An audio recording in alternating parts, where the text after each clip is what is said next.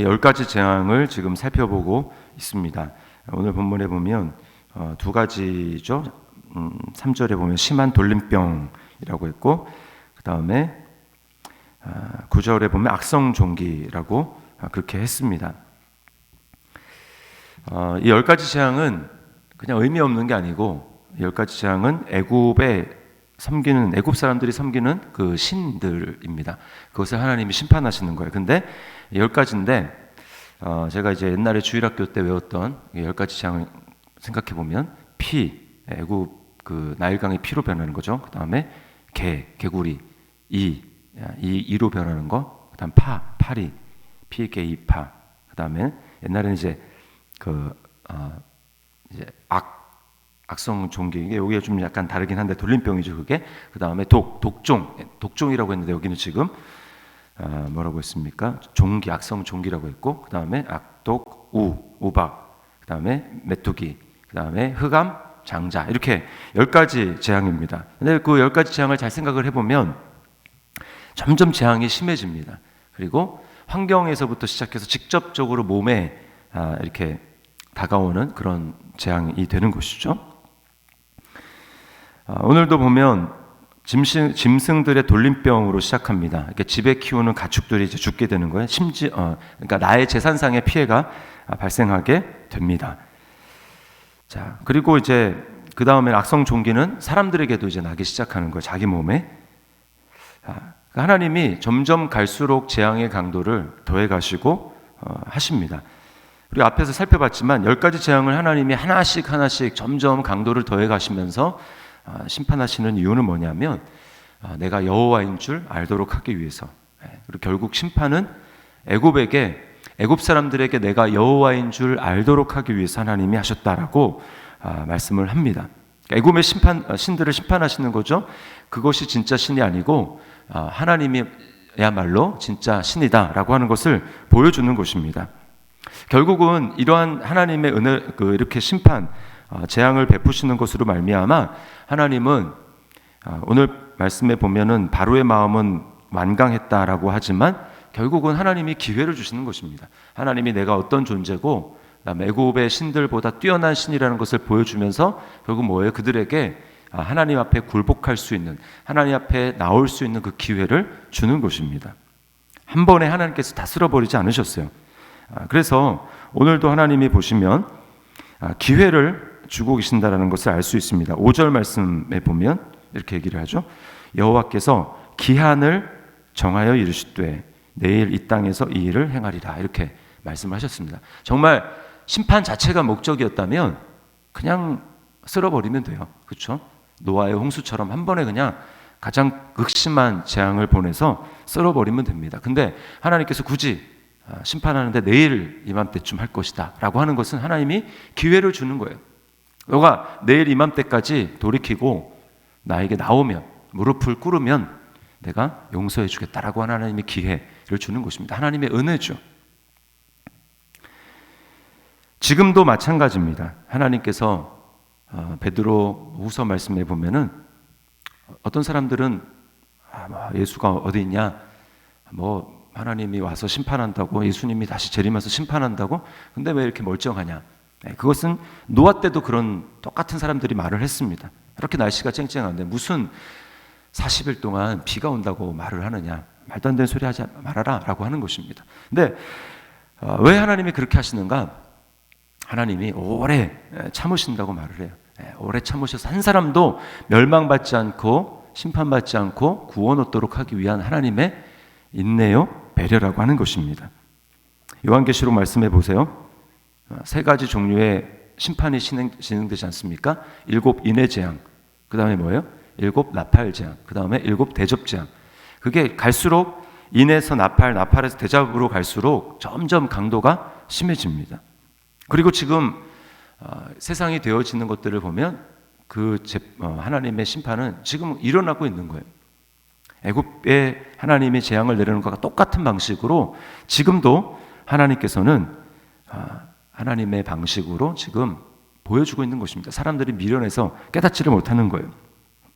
보십시오. 오늘 지구 온난화가 점점 심해지지 않습니까? 그래서 태풍과 허리케인, 지진, 산불, 해수면이 높아져서 지금 땅이 조금씩 침몰하고 있다, 이런 얘기들이 막 들리고 있습니다. 또 우리가 지금 겪고 있지만 코로나19와 같은 바이러스, 또 그 이후에 우리가 알지 못하는 어떠한 일이 생긴다, 과학자들이 그렇게 얘기하지 않습니까? 그런데 사람들이 이런 상황 속에서 복음을 전하고 하나님이 이 기회에 당신이 하나님을 알고 돌아오기를 원하십니다 라고 이야기를 해도 사람들이 듣지 않습니다. 요한계시록 16장 8절부터 11절 말씀에 이렇게 이야기해요. 그 대접장인데, 넷째 천사가 그 대접을 해에 쏟음에 해가 권세를 받아 불로 사람들을 태우니 사람들이 크게 태움에 태워진지라. 이 재앙들을 행하는 권세를 가지신 하나님의 이름을 비방하여 하며 또 회개하지 아니하고 주께 영광을 돌리지 아니하더라. 또 다섯째 천사가 그 대접을 짐승의 왕좌에 쏟으니 그 나라가 곧 어두워지며 사람들이 아파서 자기 혀를 깨물고 아픈 것과 종기로 말미암아 하늘의 하나님을 비방하고 그들의 행위를 회개하지 아니하더라. 오늘 여기 아픈 것과 종기로 말미암아, 비슷하지 않습니까? 재앙이 회개하지 않는 거예요. 그리고 오늘 그 회개하지 않는 것의 대표가 에집트 사람들의 그 왕인 바로에게서 보게 됩니다. 7절과 12절에 똑같이 얘기하죠.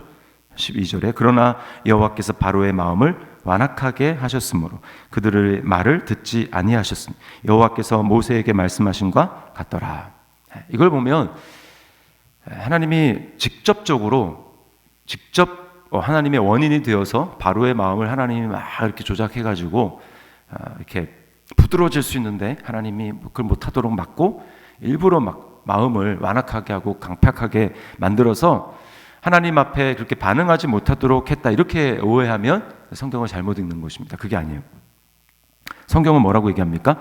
이스라엘 백성들에 대해서도 똑같이 얘기합니다. 바로와 별로 다를 바가 없어요. 내가 나중에 하나님이 이들을 지금 구원해 이제 10가지 재앙을 한 다음에 구원해내지 않습니까?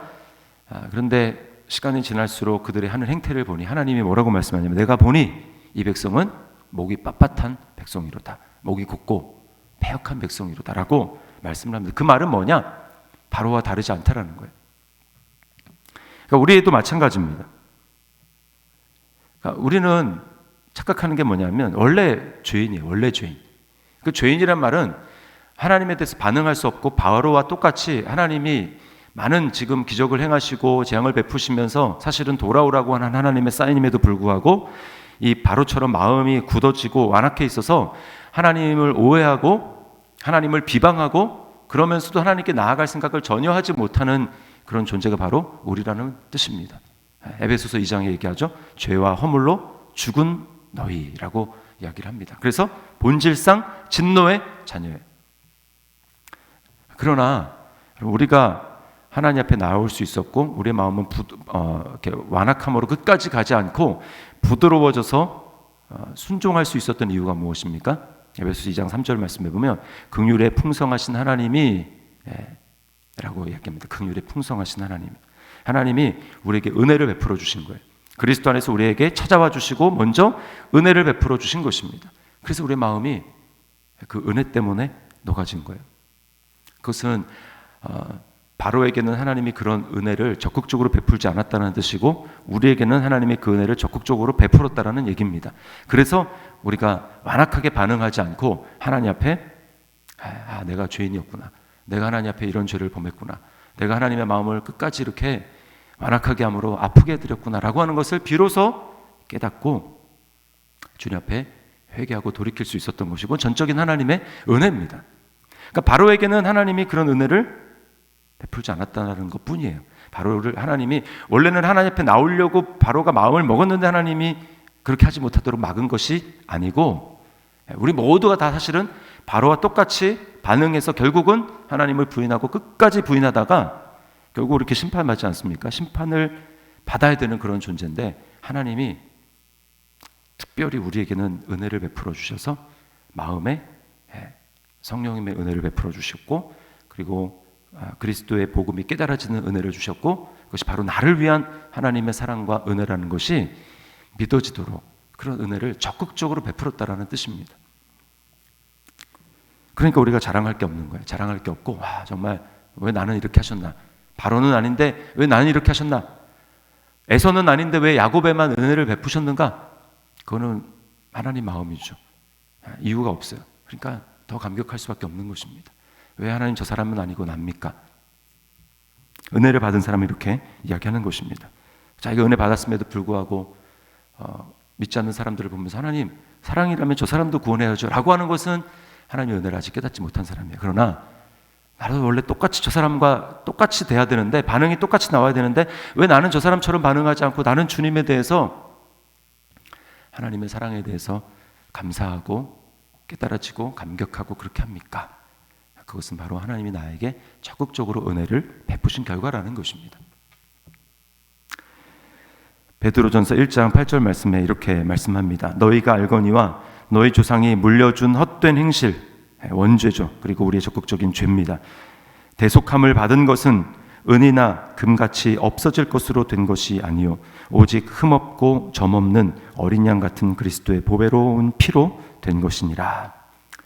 이스라엘 백성들이 다른 유일한 하나는 하나님이 그들과 언약을 맺었고 그들에게 찾아오셨고 그 언약을 기억하시고 하나님이 은혜를 베풀어 주셔서 거기서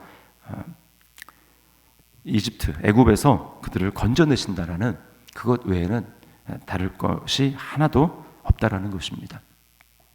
우리는 이 아침에 다시 한번 이 하나님의 은혜를, 나를 향한 하나님의 은혜를 기억하면서 어떻게 내가 이런 은혜를 받았나 라고 하면서 하나님 앞에 감사해야 될 것입니다. 감사해야 되고, 또 하나 감사로 그치는 것이 아니고 아직도 그 하나님의 사랑에 대해서 오해하고 하나님의 은혜에 대해서 오해하고 있는 그런 사람들을 위해서 우리는 성령님의 역사를 위해서 기도해야 됩니다. 하나님, 저들의 마음에 하나님의 은혜가 부어지도록 역사하여 주옵소서.